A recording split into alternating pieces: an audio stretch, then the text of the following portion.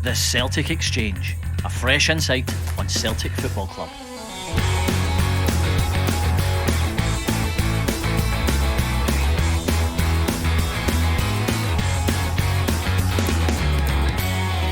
A few hours is a long time in the topsy-turvy world of Scottish football, and what felt like 2 points lost v Hibs at around about 2 o'clock on Sunday was then been viewed by many as a potential point gained once a certain result filtered in from across the city at around 5pm. It goes to show that there's going to be plenty of drama in this title race over these remaining 10 games, and the onus is now on Ange and Celtic to ensure that those twists and turns fall in our favour by the time the trophy is handed out in May. This is episode 59 of the Celtic Exchange Weekly. This is Tino, and this week I'm joined by James and Paddy to cover all things Celtic. James, a strange Sunday in the title race. How do you sum the day's results up? Strange indeed. I mean, my bet was up by the end of the day, but it wasn't expected. None of yesterday was expected, and it worked out neutral, but it felt like a real positive. So, you can look at the flip of it and say we could have pulled further ahead there, but in the round, I'll take that result as a warning shot. What was your bet? 2 draws? Just one draw. Just one draw in the afternoon, I hear you. Paddy, Miff said last week there'd be plenty of twists and turns in this title race. I told him to shush. Turns out he was right. He'll be loving that. He'll be loving every single minute of that there. I can just hear him snigger away right now.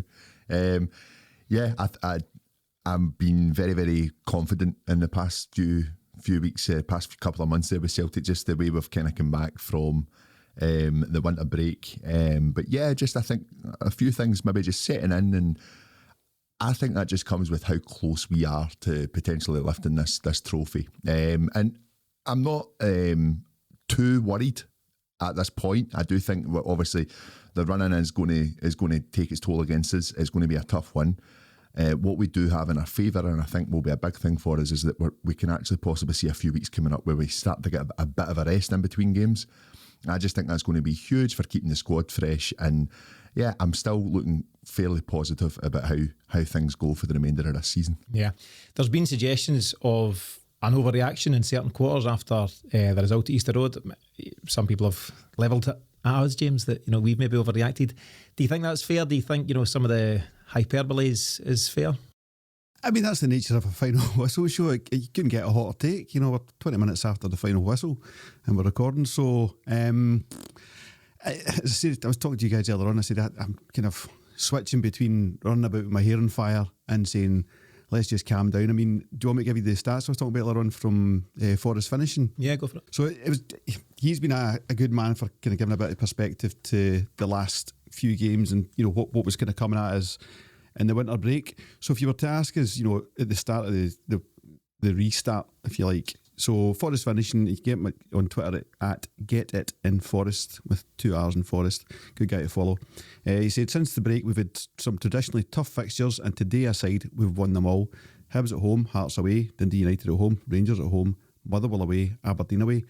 When you look at in the context of that, dropping 2 points from all those games, it's not the end of the world. Ange out. Well, do you know your man? I mean, he's travelling down and whatever, but yeah. So there's a bit of panic there and a bit of overreaction, but at the same time, we can't be sitting there and going everything's fine, happy clappy. There's a downturn in performance that we want to arrest. So I think a balance is to be struck between running about my hair on fire and just being nice, calm and collected. Yeah, just to clarify that in terms of where we're at just now. So the draw with Hibs, Paddy, was the first time Celtic had dropped points in the league since the 0-0 draw with St Mirren back on 22nd December. In between times we've recorded 8 straight wins, and it's those games that Forest finishing was talking about. Mm-hmm.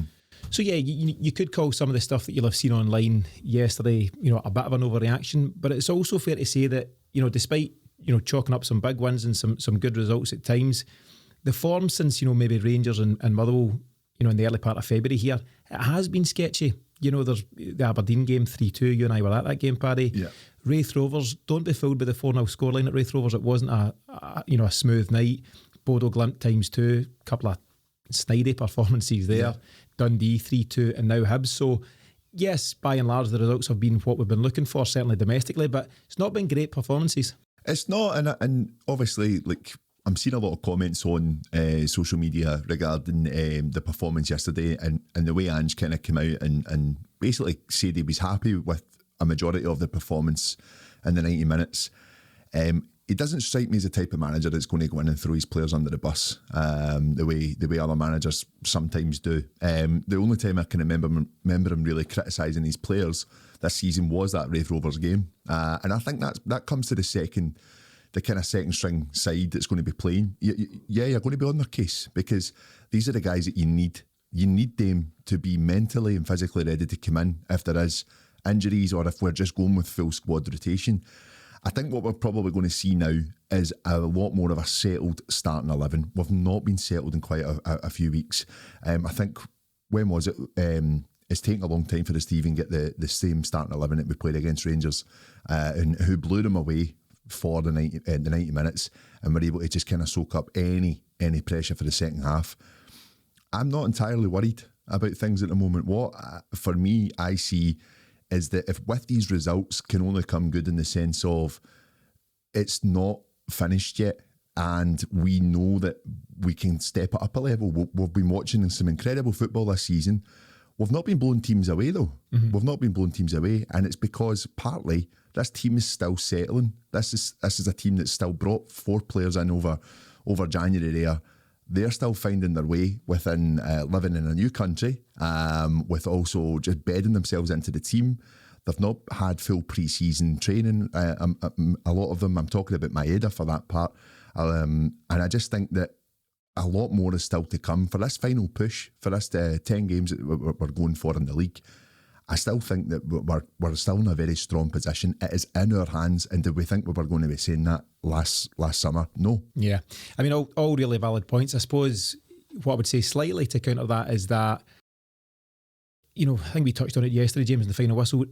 Now's not the time to panic as such, but it's better to be a wee bit concerned now than wait till 4 results pass and then go, we should have panicked a few weeks ago and made some adjustments. Now, not sure if fans tunes in, and listens to our suggestions, but it's where he gets all his coaching tips. I think so. But he must be looking at things just now. I'd be amazed if he's not looking at things and saying, yeah, things aren't quite right. And to your point, Paddy, I have no doubt at all that he will say one thing to the press and the media, and there'll be a very different message behind the scenes. Yeah, and that's what I suggested yesterday. As long as it's not Leninism, Lenin, 2 N's, O-N, not L-E-N-I-N, Leninism. And if he's taking that to the media, that's fine. As Paddy said, he's protecting his players, and then he's going to introduce and say, right, hey, you. Aye. And I think even then, he's the kind of coach that will say, right, here's what we're doing, here's what we can be doing better. He's more of a, show you the path rather than just pull you out. Do you think he's saying to the press, everything's good here, we're playing really well, and then behind the scenes he's got a bada by the throat up against the wall? The wee man he's getting on here, boss, and he's just getting thrown about the place. That's possible. You might be right, because I don't believe for one second Ange think all is good at this moment in time, and I'm sure they're taking steps to address it. I hope they are, but I'm sure they will be. One of the commenters on YouTube made a really decent point as well. Obviously, we put some different guys into the Bodo game last week, and it was a very surprising team, when that came out. Of course. Guys like Welsh starting, Beaton captain the club, etc., etc. Liam Scales starting and not doing himself any favours. But to give those guys some defence, it's quite unfair to put them into the team when it is such a mixed bag. So if you drop Liam Scales in amongst an otherwise very strong 10 and he doesn't perform, you can say, well, maybe so. But if you drop Liam Scales in, at the same time you're bringing Welsh back in from the cold, at the same time you bring in Ralston, Beaton's your skipper, James Forrest starts again all of a sudden, you're then asking 6 and 7 guys to go and perform in a very disjointed team. I think that's quite unfair. Away from home in Europe in -16 and you're -2 goals. Lots of minuses. I can see why it is unfair. I can also see why this opens the eyes to possibly our scouting team, our board, in the sense that if the players that was sitting waiting in the wings, if they're not willing to try and get to the level that I say a so-called start 11, like I say, it's not been settled. But if they're not first team players, then we need to be looking at who is going to be. Definitely a difficult fixture to put so many changes into. I'm not taking away from that at all. But what I think we seen the other day was that we do still have departments we need to strengthen in. And it was made a lot more clearer for us on Thursday. So yeah, a bit unfair, but also it opens that discussion up now instead of at the end of the season. And I think you'll know if we go into the summer, he'll know exactly what he's looking for and what's going to kind of try and basically combat that for next season. Yeah. James, do you think on that note, that starting lineup against Bodo was maybe a nod to the board to say, we can't compete on all fronts with these guys? I think we can overthink it as well. I think Ange is just doing a bit of, resting. He's doing a bit of challenging. He's maybe doing a slight bit of a nod to the board. It might be none of those three. It's unless you're inside. Ange said you don't know. All of those three things are valid, and they're items that may or may not get addressed. But I don't think it was like, I think Rodgers was a wee bit guilty of that stuff. I don't think he's as cynical as that. He's got a good relationship with Michael Nicholson. He can say, I need X, Y, Z. Here's what we can sell that we don't need. So I think the relationship's a bit more straightforward than having to be as sneaky as Rodgers was. Sneaky Ange. I just don't care as that guy. I think he's straight between the eyes, I think you're right. So looking back, domestically at least, Celtic are unbeaten in the last 22 league games. Pretty impressive record. Ange out. I know, exactly. It stretches way back to that 1-0 loss for Leith at the Tony Macaroni back on the 19th of September, and we know we're heading there on Sunday. During that run, we've won 18 and drawn 4, so very impressive form, and it's the reason why we are where we are, top of the table.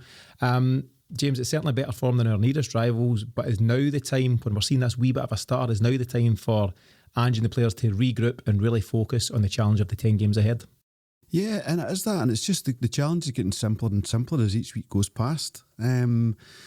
It's just, as I'm saying earlier on, show them the path. Just, I know that it's only one game at a time and win one game at a time, but it's a short order between now and not even the end of the league, but the end of when the games we need to win and get them under our belt. Once we win that number of games, we do win the league. So it's getting to be a much simpler proposition than it was even a week ago. Yeah, that's true. And with each passing week, 10 games becomes 8 games, becomes whatever. Big bonus of no Europe, is that how you're seeing it now? Aye, and this was, I've always been happy to be in the tournament and not unhappy that we're out. It's Paddy saying we're going to get these gaps, and it's not just about resting players, it's about getting some training and tactics in them. Yeah. How to take a free kick, how to take a corner. Those two things. The basics. That is interesting, Paddy, because you watched the game on Thursday against Bodo, and being at the game the previous week, it's pretty uncomfortable viewing. It's, you don't take any delight in watching it. You just, your natural instinct kicks in and you're willing Celtic to win, as you would do every time they take to the park.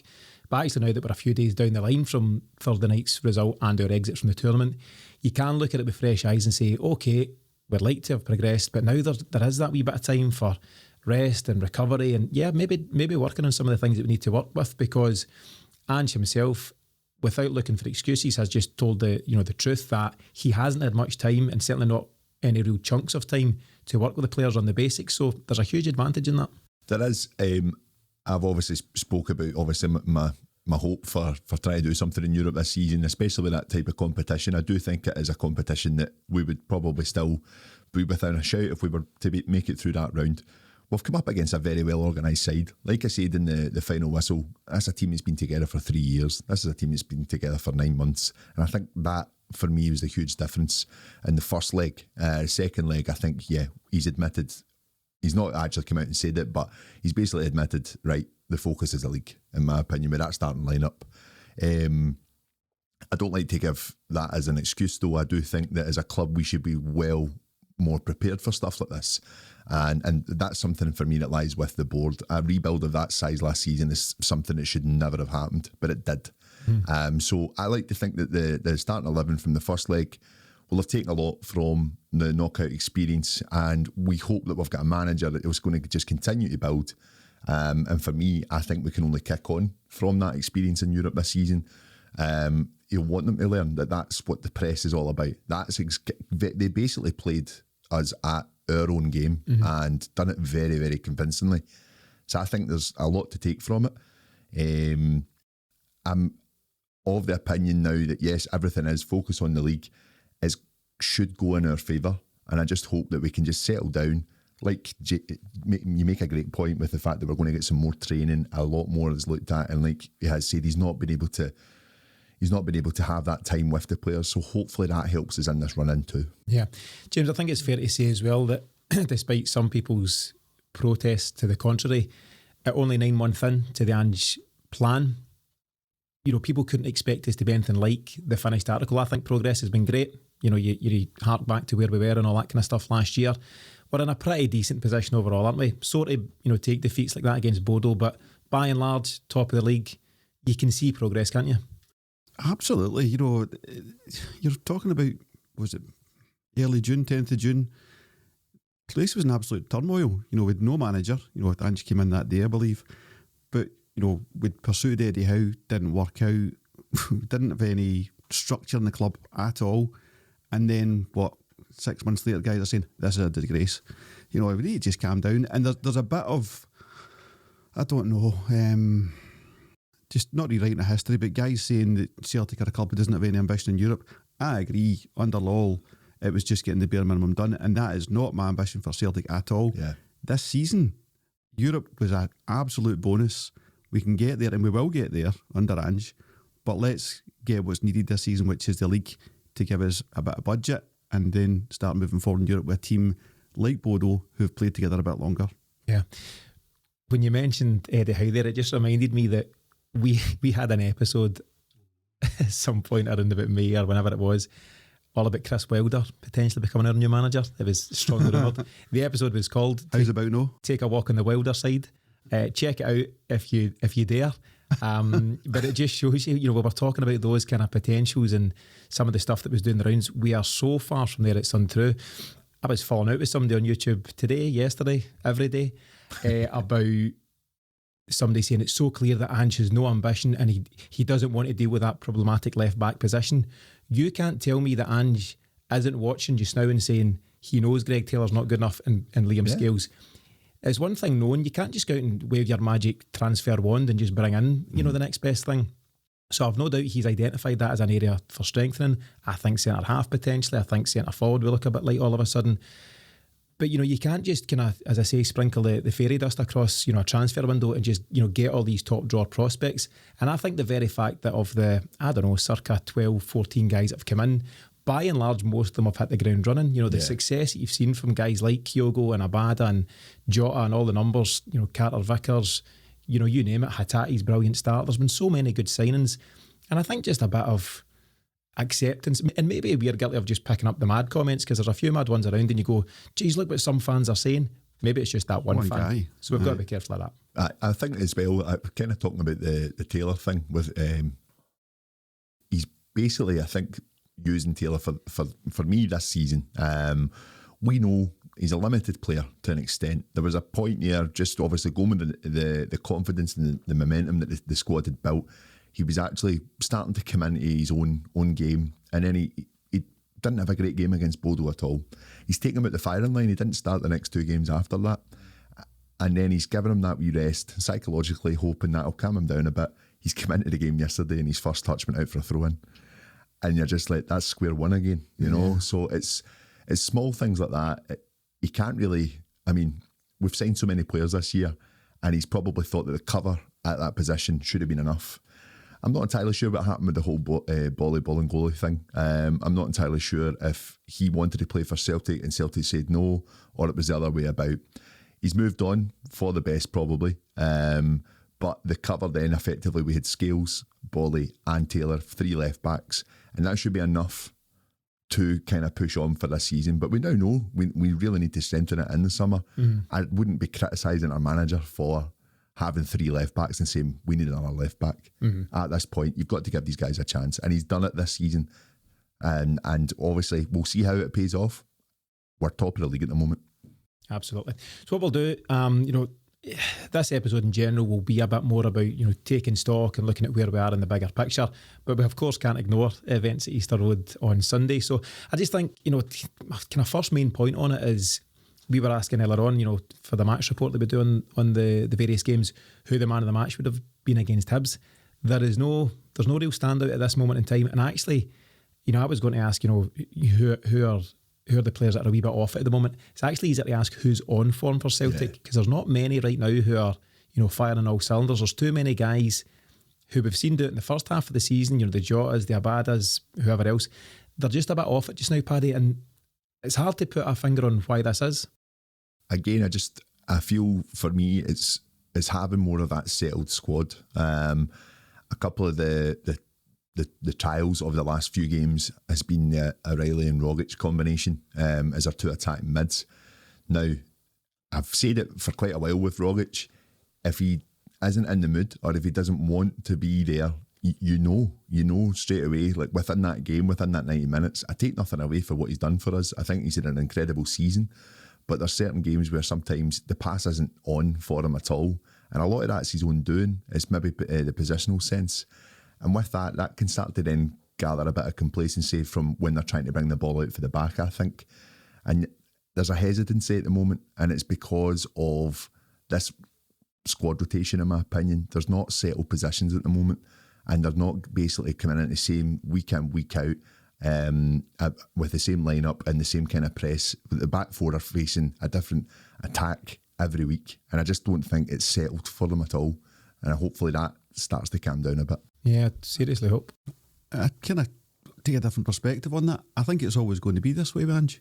I think there's always going to be some rotation of some sort because the football's so intense. There's going to be, guys who need rested or guys who need more game time or what have you. So I think it's something we're going to have to get used to, and the players are going to have to get used to going forward. I think this feels more disjointed than planned rotation. I understand play Jota for a couple of games, then freshen it up and different things. I think I'm not saying he's feeling about in the dark just now, but he's trying different things. It just feels a wee bit more disjointed for me.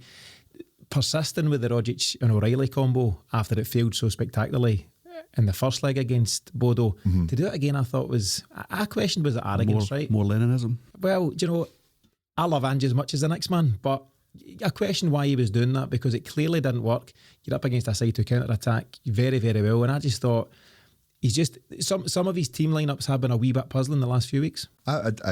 Exactly. It's kind of what I'm getting at.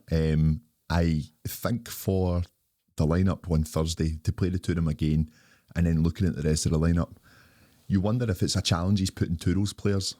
If you don't think it worked last Thursday, make it work. Let's see how you got on. Obviously, he brought McGregor on at half time. A lot of fans were baffled by that. But if he's wanting to try something in a game that he thinks is dead, with for me the state of the lineup, then that's the game to go and give it a go. It's a free hit. Yeah, absolutely.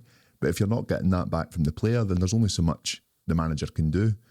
I think, like I've said, you look at the level of performance of late, we know what this team is capable of. We've seen some in beautiful football this season. I just think he just lays a gauntlet down to them and say, look, we have these 10 cup finals. We do take it one game at a time. You just need to basically stand up and be counted now, though. I think for me, that's the way for the run-in for this season. Yeah, definitely. I also think personnel aside, there looks to me generally like there's a bit of a fatigue setting in. I thought some of the players looked on their feet, out on their feet at Easter Road. And I wonder if the exertions that they've put in so far in the first, 2/3 of the season-ish, to get as top of the league, competing on, at the time, all four fronts, Europe, domestic cups and different things, I wonder how much that's taken its toll.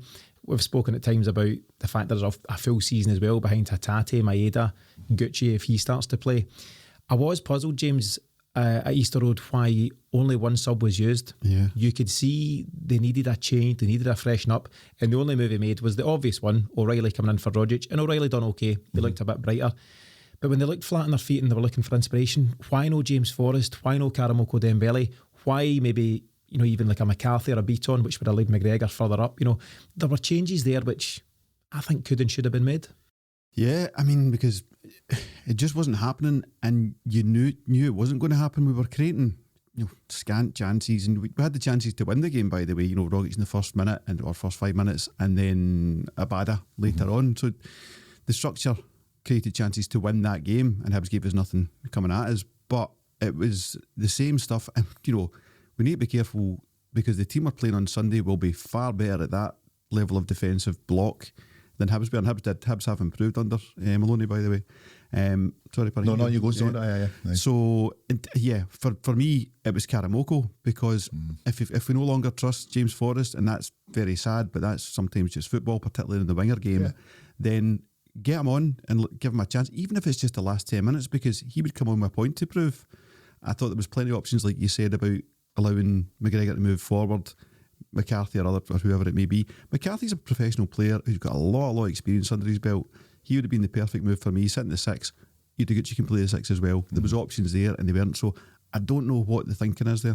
He's a manager who often utilises his subs, and now he's got 5 that he can use. I just thought it was so puzzling. Another thing that puzzles me, Paddy, I'm going to come to you as the set piece expert on the show. For it. Celtic got a couple of set piece opportunities in the second half, and The Hunkers. they're facing up to the wall, of which Rio Hatate forms part of, in a squat position, but kind of semi-squat, then back to full squat.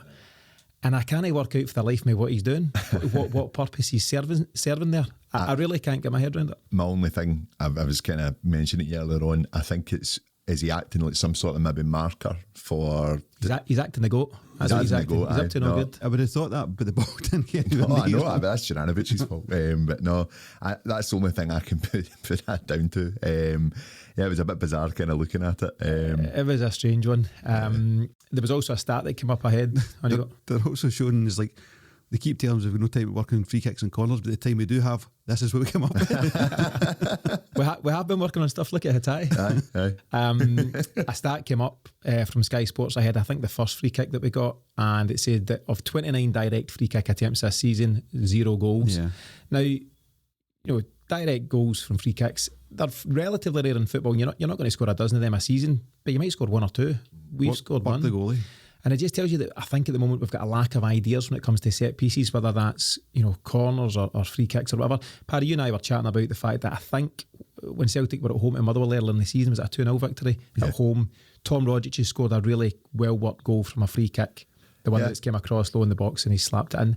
That aside, I'm struggling to remember anything that we've done creatively. It could come down to what James is saying though. It could just come down to that they're just not having or finding the time to work on stuff like that. We don't know obviously, but that could be part of the reason. And yeah, you might start to see things kind of freshen up in the next few weeks for that. I'd like to hope so. Yeah, I mean, Beckham always found the time to go and, if he's a free kick guy, he's out after training. Yeah. Instead of going up to corals. Up to the bookies. I just wonder if this lack of time, I don't know how many games are in a standard Celtic season, somewhere between 60 and 70, with all competition. You play something like half a dozen games in qualifiers before your season even kicks off, Not next year though. No, next year, straight in, James. I like your style. But yeah, maybe they're just not finding the time to work on these free kicks. I don't know, but I just like to think a bit more creativity, could be brought into the fold. Gives me a nice opportunity to bring up my suggestion and the suggestion that several fans have made yesterday, that now is the time to bring in a Chris Jullien. Hear me out, James, because I know you're not a big fan. The reason I would bring in Chris Jullien at this moment in time... Just glad it's not Mikey Johnson for once. There's plenty of time to get to that. We've got a good 25 minutes left. The reason I would bring in Chris Jullien in all seriousness just now is because when we come up against Hibs, particularly that Hibs of yesterday, St Mirren, which we'll get on Wednesday, Livy, which we'll get on Sunday coming, there's not a great need to defend by and large throughout the 90 minutes. Therefore, do you need a Carter Vickers and a Starfelt just sitting quite rigid in the back four? Chris Jullien gives you a couple more options in terms of how he attacks in the game or his forward type of play.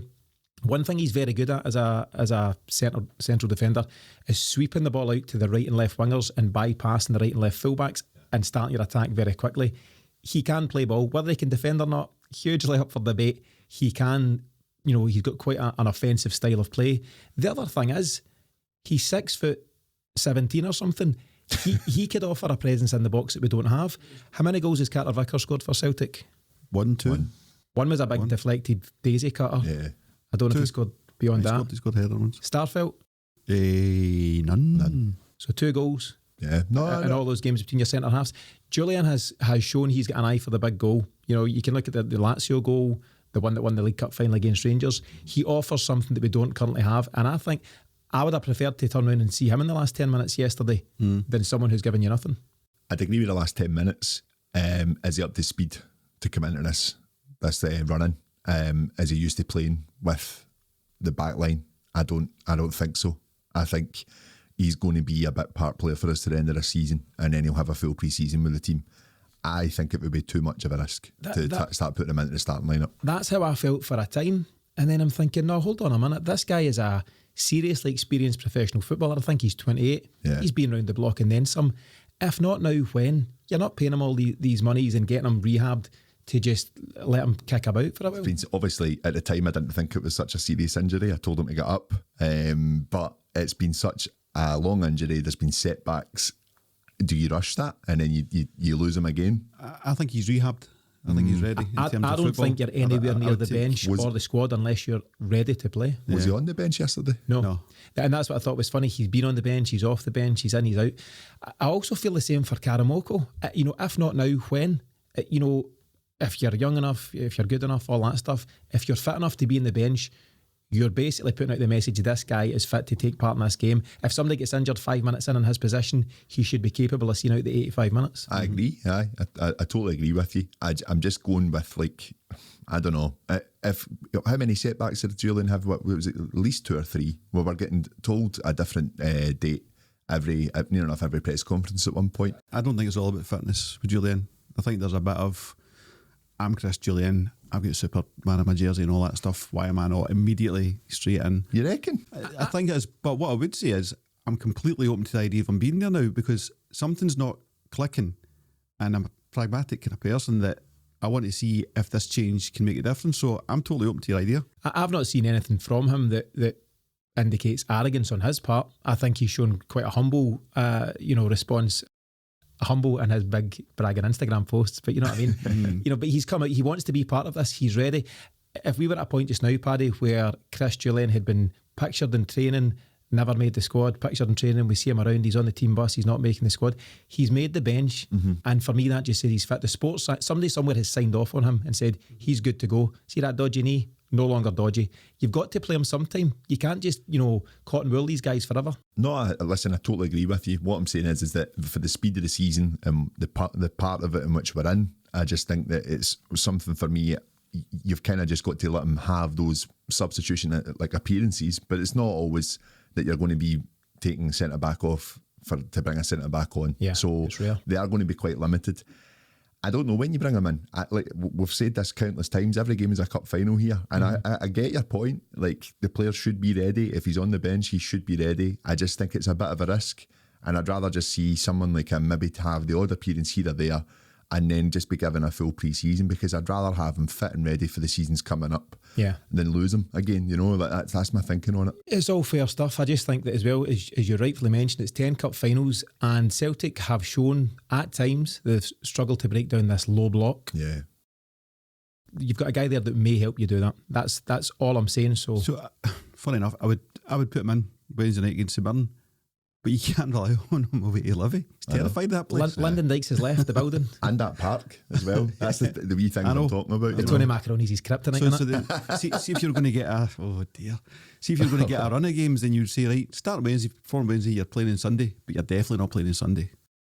I don't know. I think that, that becomes fact, that he's had a couple of bad games there and now it's he can't play there. He's a pro footballer and he can play there. And if you've got that kind of player where you say, I can't play them on certain parks, then forget it and ditch him for the team altogether. That's what happened to me, So I think if you can get a chance to give him some minutes on Wednesday, I'd be looking to bring him in, because we don't need two centre-halves against some of this negative defending we're seeing. So, but on aerial ability is kind of what you're kind of basing that on, because everything else, they all, in a way, probably match up. Like you say, I do think he's a ball-playing defender, and I think he's quite comfortable with left and right foot. My worry is there is who do you drop there? And I understand it is harsh. And listen, Starfelt for some reason has become a bit of a target from some fans this season. I seen a horrendous clip blaming him for that mess from Joe Hart yesterday, which is a disgrace. He was getting blamed for that. He, for me, is something you mentioned in a few shows not too long ago, Tino. He's the centre-half that is basically being given free rein from Ange to basically say, get the ball out, take the risky pass. If you don't get it, don't worry, just keep going. And he does it time after time. And what I've noticed a lot from him this season, I was talking to the boys about this today, he knows when he's not got any option at all. So he'll recycle it, and he's good at it. And I don't know who you stop. I don't know who you take out there, and it's a very, very difficult one. I can see the benefits of Jullien, but I think Starfelt's been far better than some commentators would lead you to believe. But I also think Carter Vickers is definitely the more solid of the two. If you're asking me, I take Starfelt out and I put Jullien in. I think they're very similar. They're much of a muchness, and I think you need to try Jullien in that position. That concludes our 15-minute section on Chris Jullien, which ran a lot longer. Our weekly 15-minute than section. anticipated. Back again next week for another quarter an hour on the big guy. A question that got asked as well, just through a friend of the show, Peter Nolan. He had asked, so obviously we've come on, James, done the final whistle show with Joe after yesterday's result, and then Rangers have gone and dropped points against Motherwell in the afternoon game. Would the tone, or should the tone of our show change? Had we recorded at 7 o'clock last night, would it have changed? And I think it would have. You'd have been better spirits, but it wouldn't paper over the cracks of our weaknesses against Hibs. And that's it. For Jerry, we recorded at 5 o'clock last night, but very much tongue in cheek. No, atmosphere's a funny thing. It can make average things look amazing. It can make average things look terrible. So no, I wouldn't be looking for any cracks to be papered over. Our performance was our performance. It needs some improvement, and that's it, full stop. I think it's also symptomatic of the fact that Ange and the players, to a huge extent, whilst being mindful of what Rangers are doing and being aware of it, we really just need to focus on what's going on at home, because we could have recorded last night at 7 o'clock and went, what's the problem here? We're still 3 points ahead, and tried to disguise the fact that we were particularly poor at Easter Road. We've got to be real about it. For me, you're saying to this team, you missed the opportunity to go 5 points clear. Well, that's it, yeah. That's the way you look at yesterday. Agreed. Now, before we move on to the next section, I want to let everyone know about an opportunity we have for a lucky listener or viewer to get their hands on this pretty unique piece of Celtic memorabilia, which is sitting next to us in the studio today. The Celtic Exchange has been gifted a limited edition framed and signed Celtic shirt from the 2018-19 treble season, which comes complete with an authentic Scottish Premiership winners medal. Only 10 of these were made. It really is a classy collector's item, and we'll also get some pictures of it up on our socials for anyone who's listening to the audio-only version of the show just now. We've now listed this at raffle.com, that's spelled RAFFALL.com, and we'll include a link to the listing on our show notes for the podcast and on YouTube. Be sure to check it out for your chance to own a truly unique piece of Celtic history. Now, taking stock, James, of where we are, as mentioned, we can't ignore the impressive league form, and as things stand with, 3/4 of the season played, we're 3 points and 9 goals clear at the top of the table. However, I also want to put a wee bit of an end to the whole look where we were last year and look where we are now chat, because whilst that's very true, our work isn't done, and you can't just say, well, we're top in March, that was pretty good going, and expectations have changed and should have changed throughout the season. We all spoke pre-season about, I would accept just being closer this season and just challenging, but the landscape's changed, Paddy, and we've got to aim higher and keep our eye on the bigger prize now. 100%. I still, for me, this season, if we win the league, I still think it's an incredible job that we've done this year, and I'll celebrate it just like I celebrated all 9 of those trophies. I'll celebrate drunkenly. Well, of course, aye. The song goes beer and wine. So does it? For Celtic's title number 9, I'm pretty sure, and this will be bringing back some incredible memories for us. We know what went wrong, but to go and write it so quickly and the way we've done it, I think will be so special if we go and do it. Yeah. James, as Ange pointed out, I think after Celtic hit the top spot, trophies don't get handed out in February, March, and he'll absolutely be, hammering that message home in the dressing room. Absolutely. And that's where, we spoke about before, the focus side of things comes in. In terms of, fans' ambitions and, setting their heights and not looking at last season, that's all fine for me when it comes to talking about maybe even doubles and trebles in Europe and stuff. I've always said the league was there because I've always said the points gap was a myth, and that's how it's shown so far. So we just need to dig in and get these games under our belt. Yep.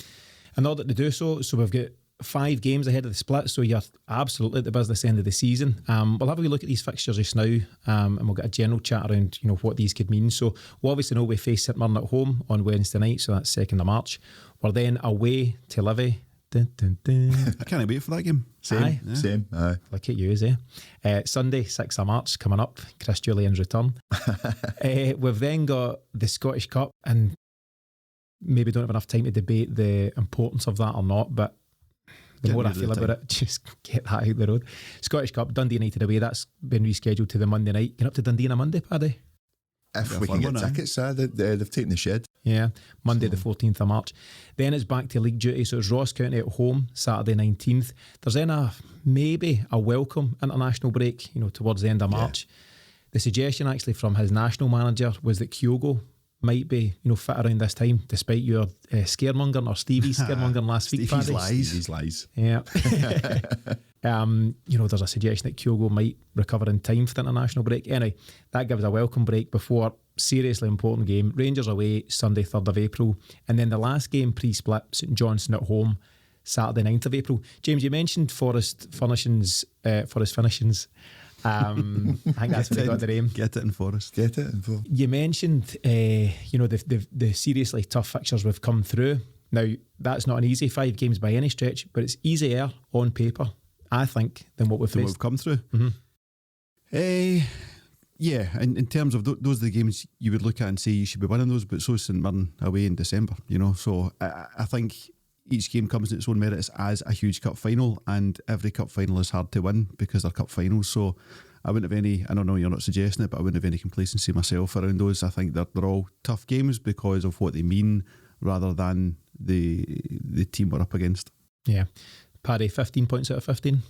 Yeah, I agree. It's going to be a difficult run-in, but we've got enough. I think we've got enough in this team to go and do it. Yeah. I don't know, I actually, of late, I still think there will be a few twists, but I'm not worried in the sense that, if we are slipping up, it looks like they are too. And that's been our first in a long time.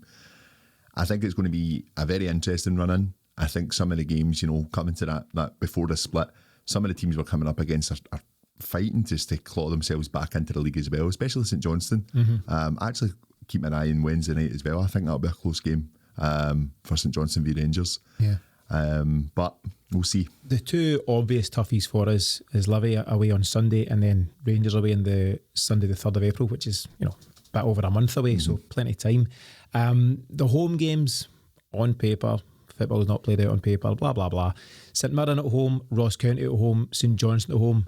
If you want to win league titles, you have to win those games. I'd like to do a convincing job on Wednesday because I think the confidence the players would take for that going into Sunday is what they need, considering just the way this lull has kind of appeared. I think that it's an important game on Wednesday night for us to go and put out a bit of a performance just to make sure that people know why we are where we are. Yeah. James, do you think we'll benefit notably from having no European commitments? So, it's important we take note of what Rangers are up to, and they've got Red Star Belgrade on the 10th and 17th of March, 2 midweeks, which will be hopefully, working on things at Lennoxtown and, getting recovery into players' legs or whatever's required. Yeah, and it's in a run-in like this, in a season like this, it's so important. Getting those gaps is so crucial. I think we'll really benefit from it. I think we've been crying out for it, but there was no way to get that time as long as you're competing on forefront. So we've got to take advantage of it. Yeah. Paddy, do you expect to see, I mentioned Kyogo there, do you expect to see Turnbull and or Kyogo back for any part of those 5 games, just on, the snippets you've heard? I honestly don't know. I've not heard much from anything on it, other than the dodgy rumour last week. But I just think that, again, with those players coming back, they're not going to come in and give you 90 minutes straight away. So to what capacity they come in and what impact they have, I don't think it will be huge for these 5 games, but what they could then bring for the split could be very important for us. I'd hope to see them in the next few weeks, absolutely. Get them up to a bit of speed just for the run-in. Yeah. I think anybody that could give Hatate a bit of a rest, James, real talented guy. He's shown his class in some of the early stuff, but he's tired. He's very tired. I think I mentioned there's a couple of balls ran under his feet in the last 10 minutes. He got 90. Of course he did. He got 90 minutes against Hibs again. He's played a lot of football. I wonder, is now the time to see a bit more of Gucci. Definitely. And certainly, if Turnbull gets back in the mix. There is also a suggestion that we do move Callum McGregor more advanced because there are options there. Gucci can play the 6.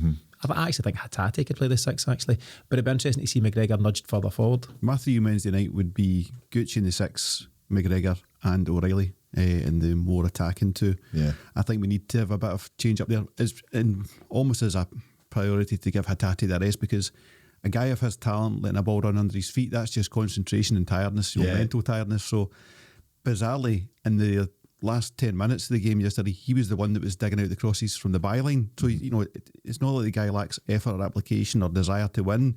It's just he's knackered.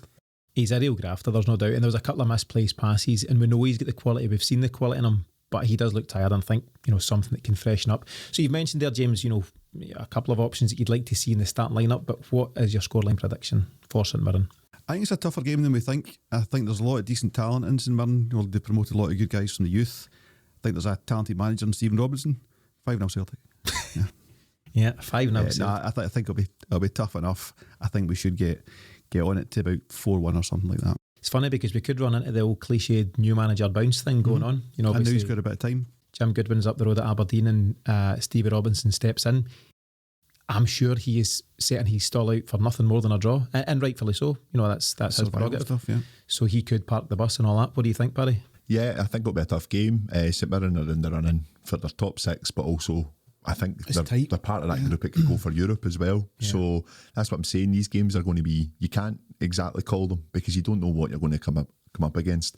Hibs sat in very, very deep yesterday against us. Not one shot on target from them. And teams that are used to doing that week in, week out are only going to keep doing that against us. And I would bring St Mirren under that label. I think it will be a tough game for us. If we get an early goal, try and take them off guard and try and get a few past them in the first half. I think momentum-wise, that pushes us on to Sunday, and we go in there very confidently. So a scoreline? 3-0. 3-0. I've gone a wee bit more cagey, and in recent times I've been a wee bit more bombastic about what the scorelines might be. I think we'll be 2-0, and I'd be happy with 2-0 and we kick on the next game.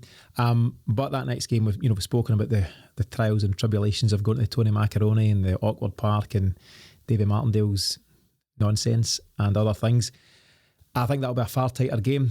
I think we'll win, and I think we'll win narrowly. I'm going to go for 2-1 in that one. What's your take, Paddy?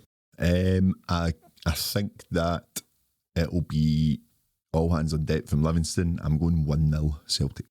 Okay, James? 3-0.